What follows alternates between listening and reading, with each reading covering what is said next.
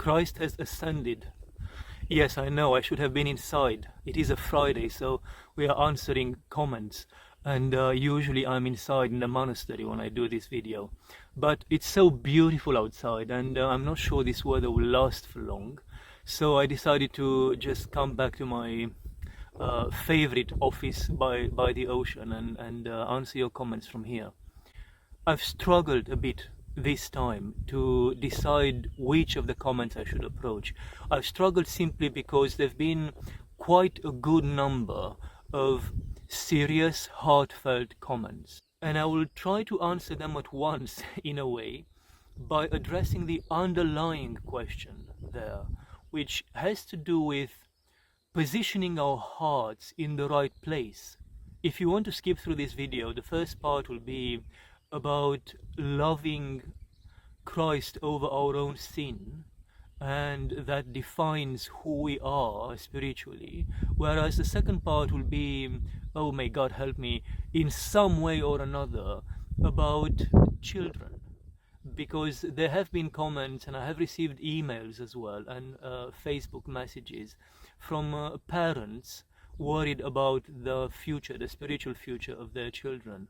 And although children are not my particular favorite topic, as most of you know, I do feel a responsibility to respond to what you want me to respond, and I do trust that Christ will teach me where my own experience and lack of wisdom cannot help me. Some of you, Larry for instance, have asked about the importance of placing our heart in the right place, so to say. And I do understand these comments, and they are perfectly correct. We do follow our hearts through our whole life. We do follow our hearts, and Christ himself was very much aware that we do this, and he did warn us about positioning our hearts in the right place. You know, your heart will be where your treasure is. If your treasure lies with Christ, then your heart will belong to Christ as well. If your treasure, on the other hand, belongs to the world, and by the world I mean something negative about this temporary life we have to survive until we get into the kingdom, then of course your heart is going to be linked very much with the world and the things of the world. We do tend to define ourselves and to understand ourselves using the language of our hearts. I am who I am is something that has become almost a motto of our generation. And for many people, for most people really, this means that I am whoever my sin, whoever my weakness or my passion has created me, has turned me into being. And that is, of course, a way in which we define ourselves through, as we were saying in the previous video, through our own dust. We take the lowest part of our being, we take the part of our being which is furthest away from Christ, and we allow that part of our being to define ourselves. This is who we are. I am this sin. I am this passion. Saint John Chrysostom, whom I love so much, as any priest does, Saint John Chrysostom writes somewhere that all a confessor has to do regarding his spiritual children is to help them in any way possible, to help them to fall in love with Christ. If we love Christ over our own sin, then even without us directly fighting or addressing the sin, in time, as our love for Christ increases and takes over our heart, in time the sinfulness in us will just wither away. There are some sayings in the Desert Fathers that have helped me to understand this as well. They say that our passions are like scorpions or snakes. If you keep poking at them, if you keep approaching them, and if you just expose yourself to them, of course you're going to get bitten. But if you manage to put them in a corner of the house or in a bottle or in a jar and just leave them there untouched, unfed, they will die out. They will die out in time, and they are going to have no power over you anymore. Other times they compare our sins and our passions with just old clothes. which if you leave in your own wardrobe for a long time, in years or sometimes in decades, they will just turn into dust. They will rot away and fall back into being dust. The point is that we shouldn't touch them. We shouldn't give them strength. But as you fall in love with God, as you fall in love with Christ, that thing which feeds the image of God in you, that energy takes over, and you no longer focus on the sinfulness in you. You focus on what is good in you, and almost without fighting, almost without opposing the sin in you, simply by loving Christ more and more, and getting yourself more and more in the direction in which your heart knows that Christ takes you, the distance between you and your sinfulness becomes greater. If you think about it in a geographical or visual sort of way, I tend to think visually a lot. If you've got Christ over here and your sin over here, you are in between, like my face. If you are in between initially, the closer you get to your sinfulness and you allow your sinfulness to define who you are, the further away you get from Christ.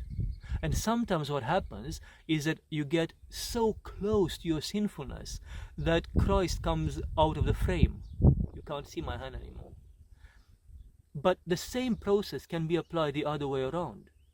If, by the grace of God and with the help of your spiritual father, you learn to love God more and more, and you approach Christ more and more, you begin to just see yourself as his image more and more, what happens is that eventually the sin is going to leave the frame of your life. See, you can't see my left hand anymore now. It is a silly way of explaining it, but it works. It works for me at least, and I pray it works for you as well. You can fight your sin if God gave you the strength. You can, of course, use everything in your power, and you can apply all the advice of the Holy Fathers to oppose your sin directly. I'm not saying don't do that. I'm simply owning up to the fact that in our generation that happens very infrequently, and even when we do try it, our attempts are rather pathetic. So I think for us living today, a combination of the two would work best. Oppose sin as much as you can, but at the same time do your absolute best to understand how beautiful and how loving and how kind God is to you and to your heart. And in that way, your heart will fall in love with Christ. So on the one hand, you are going to oppose your sin and put some distance between you and your sin. But really for us, I do believe that the driving force will be to just fall in love with Christ. And then that will make us be closer to him and further away from our sin. And this is where what I wanted to tell you about children comes in. Children don't know much about themselves. Their own understanding of who they are and of their purpose and meaning in life is quite limited, as it is absolutely normal it should be. They simply lack the experience and the wisdom that comes with life to see themselves between these two poles. Their self-understanding is extremely limited, and because of that, until they grow, they are prone to making all sorts of mistakes. So what I'm trying to say really is that one shouldn't panic when you see your beautiful child whom you've tried so hard to educate and instruct in the teachings of Christ, and you've tried to help them love the church, and you've taken them to church and you've prayed with them. When you see all of that come to almost nothing and passions taking over them, I wouldn't really panic. I would patiently wait and fight on their behalf by praying. Pray for them as the adult that you are, but don't expect them at the very beginning of their lives to behave in a way that you couldn't behave at the beginning of your own spiritual life. We've all made the mistakes that they are making. And I do get that it would be so beautiful, so good, such a blessing for them not to repeat our own mistakes. But the reality is that without those mistakes, they cannot grow. I'm not saying that sin is unavoidable or that mistakes are unavoidable. Of course, there are saints in the world today, as they've always been, who do not sin to the extent to which we do, most of us. But for most of us, for 99% of us and for our children, sin is part of growth. And it's like you telling them constantly not to touch something that is hot because they are going to get burned. Eventually, whether you see them do it or not, they are going to touch that thing. And although it's painful for them, and although it leaves a mark on their fingertips, they do need to do that. Because otherwise, later in life, they lack a sort of spiritual vaccination. They need to learn. And for most children, they learn through experience, through their own experience and their own mistakes, much more than what we tell them. What you can do, and you can do so much, is primarily trust Christ, trust His love. If He loved you, and if He took you out of your own fall, of your own sin, and if He showed you a way forward to Him, why doubt that God will love your own children just as much, if not more? Trust God is the most important thing. Then also trust His ability to do things that are impossible for us. Yes, if I were born today, I would be completely smashed, crushed under the weight of the sin that is so readily available in the world. It would be impossible for me to survive, said I, thinking through the limitations of my own mind and my own experience. But if I were to be born today, God would work differently in me so that I survive today, not yesterday. Then, of course, you can pray. Fight on their behalf through prayer. Don't become one of those annoying, nagging parents that keep on telling their children to do nothing except breathe and eat and go to church, because it's not going to work. I'm not saying that the instinct is wrong. I'm not saying that the teaching is wrong. I'm just saying that it's not going to work, and in most cases it has the contrary effect. The more you push them in a direction, the further away they are going to go from that direction. And again, it is in the logic of this fallen world in which we exist. I did the same. Most probably you did the same. Of course they are going to do the same. Learn from your own experience. Learn from what worked for you. Think of the people who inspired you when you were young, when you were a teenager, a young adult. What worked for you? What saying? What advice? Which person? What was the approach of that person? And try to act in the same way towards your children. And always, always prioritize prayer. If there is one thing you must, as a parent, you must pass on to them, is a good heart. Not so much following rules of fasting and of prayer and all of that. That will come in their own time. But while they are still very young and impressionable, the thing you must create in them is a feeling of love and compassion and oneness with the weakest in humanity. It will be much more difficult when they grow to be teenagers to influence their hearts. But while they are still young children, you can teach them how to love. You don't need to teach them any rules. You don't need to teach them anything else except how to love, how to have a beautiful, kind, loving heart towards the people who need it. Teach your children to have compassion to the weakest among us. Teach your children to love those who are fallen. Teach your children not to be judgmental.